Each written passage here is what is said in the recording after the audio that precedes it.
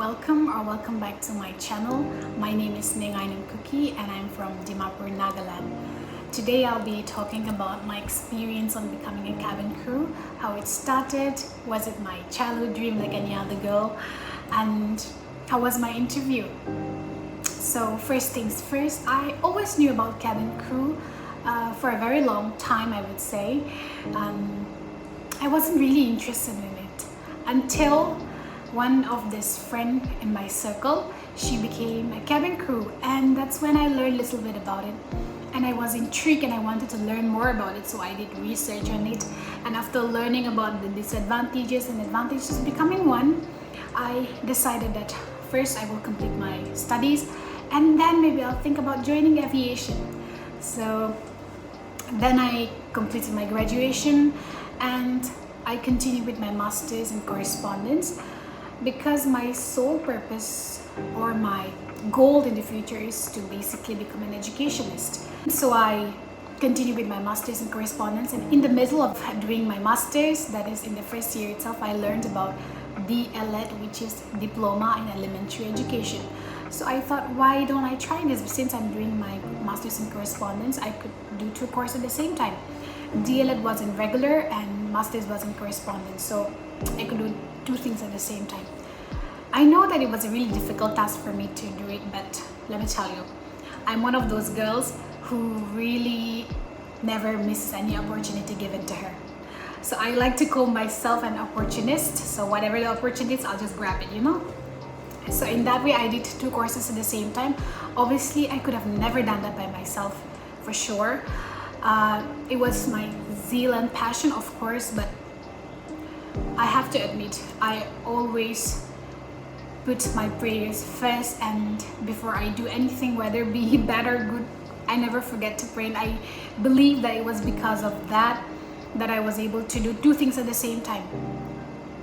I mean, I know my capacity, but let me tell you, it wasn't easy because the ELIT course is very hectic. And obviously, although master's was in correspondence, I had to write my assignments, give exams, and study at the same time. So it was quite difficult. But by the grace of God and His blessings, I'm able to complete both of them together. And it was last year, June, I completed my DLED course. And then I decided I will go and give a try for aviation. I was actually waiting in Dimapur to come, but during that time, I was having my exam, so I could not give the interview. And when I was done with the exams and everything, there was no interview in Dimapur or in Guwahati. Then I decided that I will go to Delhi and I will give my interview. So on July 13th, 23, I flew all the way to Delhi and I waited for some days, and then there was an interview conducted by Air India in Essex Farm. Yes, I think that's the place. On 25th of July, and that was my first interview that I gave for Air India. And guess what? Thank God for that. Obviously, after clearing the interview, I was really happy. Basically, that's how I was and how did I ended up becoming a cabin crew. So now I'm going to talk about the interview day because it is important. I'm going to give tips also. So it was 25th July and I was excited, nervous and scared at the same time. So I woke up really early, got ready, and around 7 we moved out from home and we reached the location around 8 a.m. in the morning, and the interview was supposed to start at 10 o'clock.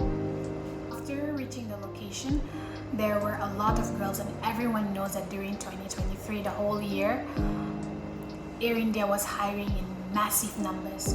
And that's the reason why there were a lot of girls, and seeing lots of people, honestly, scared, nervous, excited, not much concerned about whether I'll be selected or not. I left everything to God. If it's for me, it will be. If it's not, it's not. So that was my mindset. And we got the numbers distributed and I was around 100. I forgot the number though. I cannot remember my number right now, but I'll keep it there. Yeah, that's that. And the round was, I thought it was supposed to be 3 rounds. They said it was going to be 3 rounds, but later on I had to go 4 rounds. The experienced crew and then the freshers were taken separately. So obviously I'm a fresher, so I went on the freshers section, and the experienced crew were taken separately. So on the first round, there was group discussion. We were given random topics and we were seated in a circle, right? 10 of us, and the HR was right there, and she gave us one topic, and the topic she gave us was what are the advantages and disadvantages of flying international and domestic. Give your viewpoint. That was the question given to us. So she gave us 1 minute to think, and then she said, just pretend like you don't see me here and just start the discussion. Then and there was this one girl. She started speaking and she just wouldn't stop, and she wasn't giving chance to any one of us.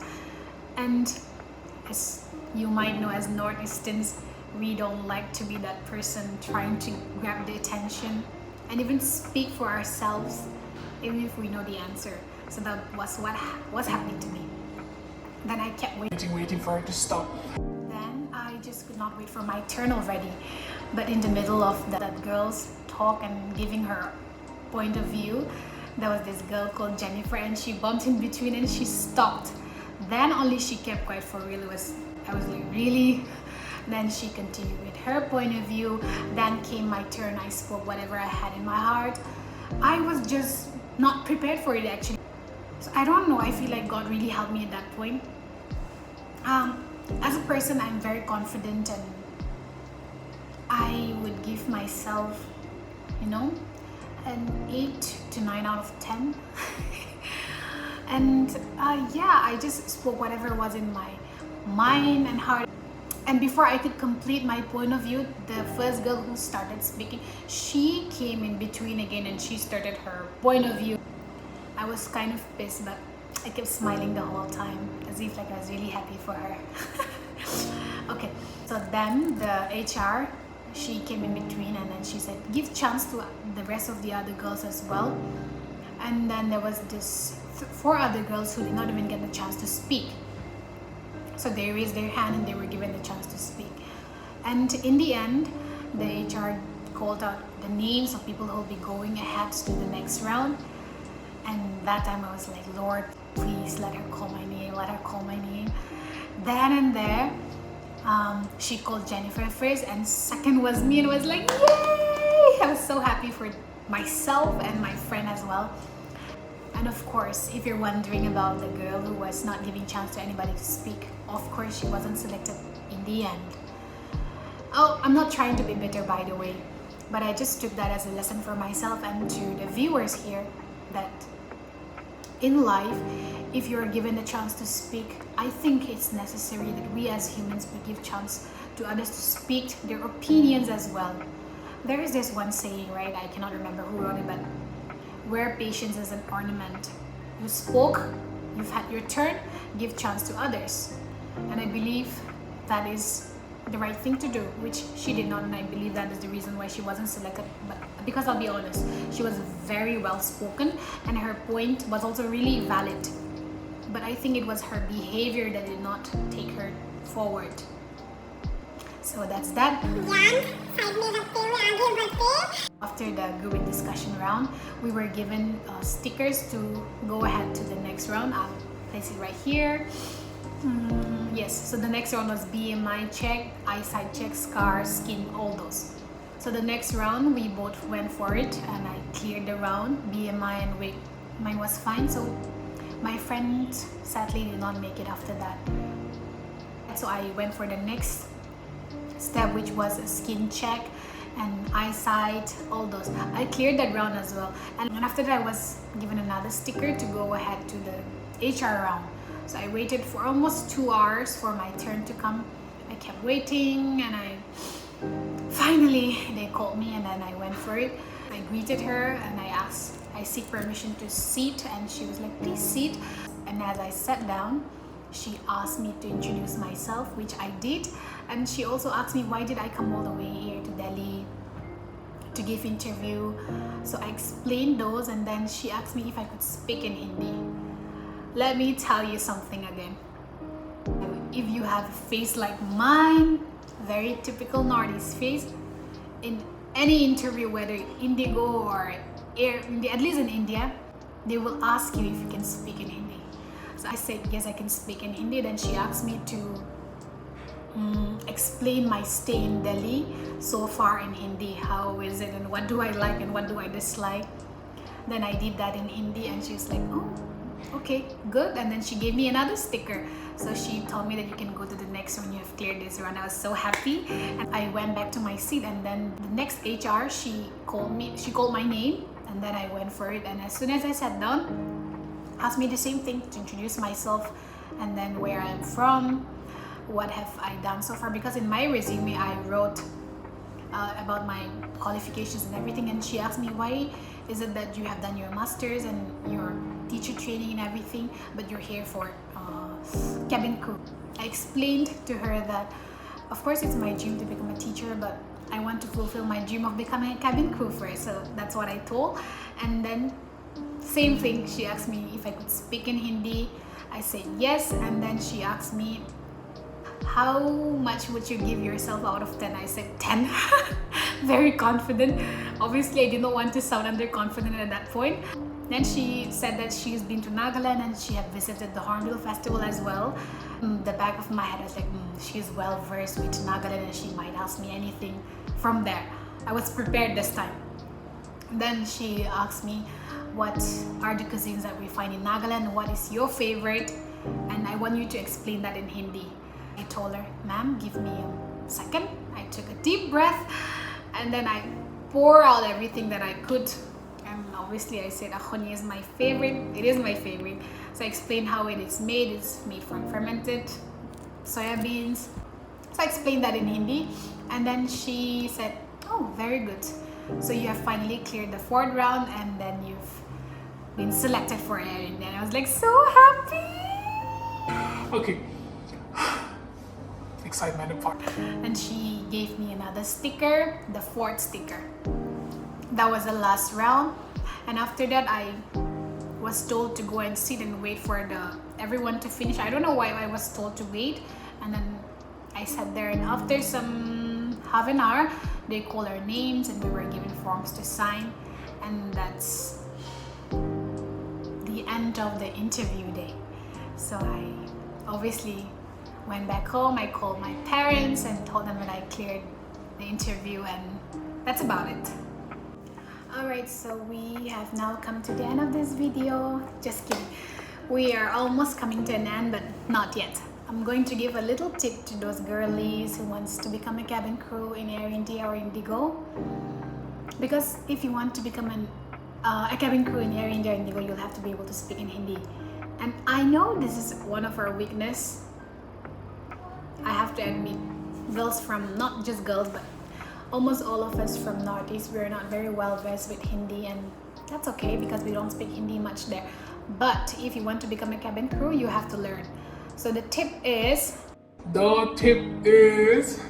if you think you're a little poor in Hindi, what you can do is you can, practice an introduction of yourself beforehand, before you go for the interview, and kind of memorize it. How will they know? So when you go for the interview, what you can do is, it's very true that once they see your face, this face, and you don't look that Indian, they will ask you if you can speak Hindi or not. Then and there, if you have practiced already the introduction, you can just say yes and go on with your introduction that you have prepared. I mean, instead of asking, may I introduce myself, you can do that also, because it's nice to ask first, may I introduce myself in Hindi. Some might say yes, but I think they will just say yes, because who doesn't like a person who takes initiative, right? And why will they stop you? You have proven yourself that you can speak Hindi, and you have also shown that you are someone who takes initiative. So, 2 birds with 1 stone. My favorite quote. So yeah, that's the tip I can give you. And if you're interested in knowing my further procedures of how and when the training and everything, maybe in the future I will make more videos. But until then, thank you for watching this video and listening to me for this long. I'm not a big fan of long videos, but I'm trying to make it very brief. So here we are. Thank you so much for watching, and yeah, please subscribe and like this video and share. But before I end, thank you to Jesus for everything that He's done in my life and the things that He will be doing. And I'd like to also take the opportunity this time to thank God that I'm able to make this video and able to share my experience and the little knowledge that I have. So that's that, and thank you once again. Bye bye. See you next time.